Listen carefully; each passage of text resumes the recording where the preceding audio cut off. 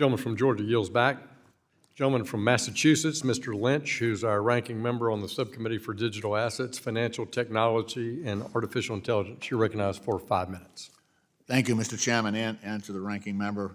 I want to thank all the witnesses for your willingness to work with the committee and help us with our work. Supervisor Bowman, I read a transcript of your remarks in Madrid at the International Banking Conference that was hosted by Santander. And a couple of things just jumped right out at me. I got to admit, they sounded a little bit crazy, so I want to make sure you actually said these.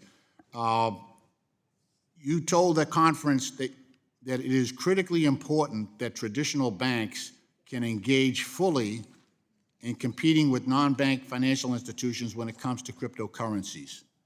Is that correct? I don't believe I specifically said cryptocurrencies. Oh, no, this said cryptocurrencies, yes, multiple times on crypto. That's not in question. I think I misspoke, because the work before us is on digital assets, that the Congress has directed us to provide a pathway and a framework for banks to be able to engage, or for engagement in digital assets. Yeah, but here you said, and I have the transcript here, you said you thought it was critically important that traditional banks compete with non-bank financial institutions when it comes to cryptocurrencies. That's what you told the people in Europe, in Madrid.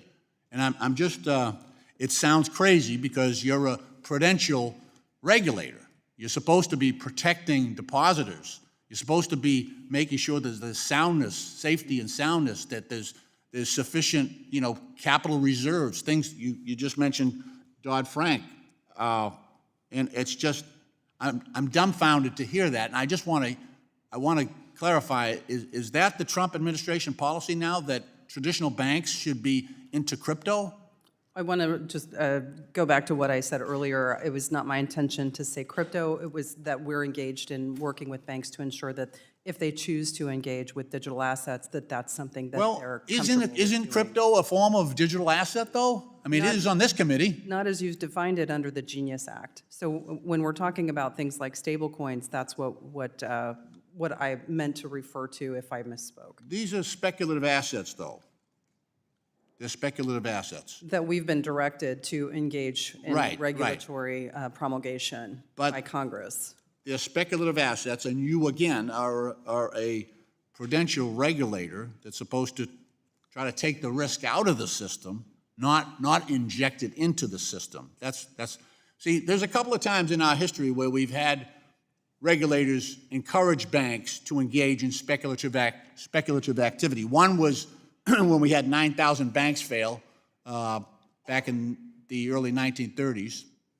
The second time, and I think you might have been up here on the Hill, when in 2008, when we allowed banks to speculate in the subprime mortgage market and some very exotic derivatives. And actually, I was living in London at that time. I was not on the Hill. Well, I'm not engaged in. I was here. So, but anyway, those are two examples of when we allowed banks to speculate, and it was a total disaster. And I think, I got to be fair with you. I think that's a crazy idea to allow traditional banks. Remember, we're bailing them out. We're bailing them out. We don't want banks to be take unreasonable risks. We want to have customers and depositors have confidence in our banking system. And so I'm just hoping that you're not embracing that policy.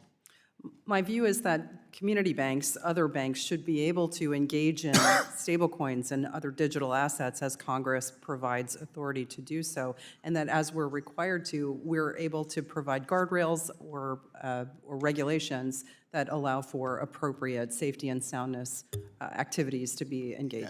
I just square the circle with me, though. We've got an asset that has extreme price volatility, and you're inviting banks to engage in that. How does that make the banks safer by injecting digital assets into their mix? How do you even quantify what the the reserve level should be when you've got an asset that's inside that bank, multiple banks, right? And this stuff could blow up, and it just, like I say, it dumbfounds me that we have a prudential regulator that's suggesting such a thing. Well, the Genius Act requires us to promulgate regulations to allow for. Gentleman's time has for expired. these types of activities. The Vice Chairman will respond more fully to the gentleman's question in writing.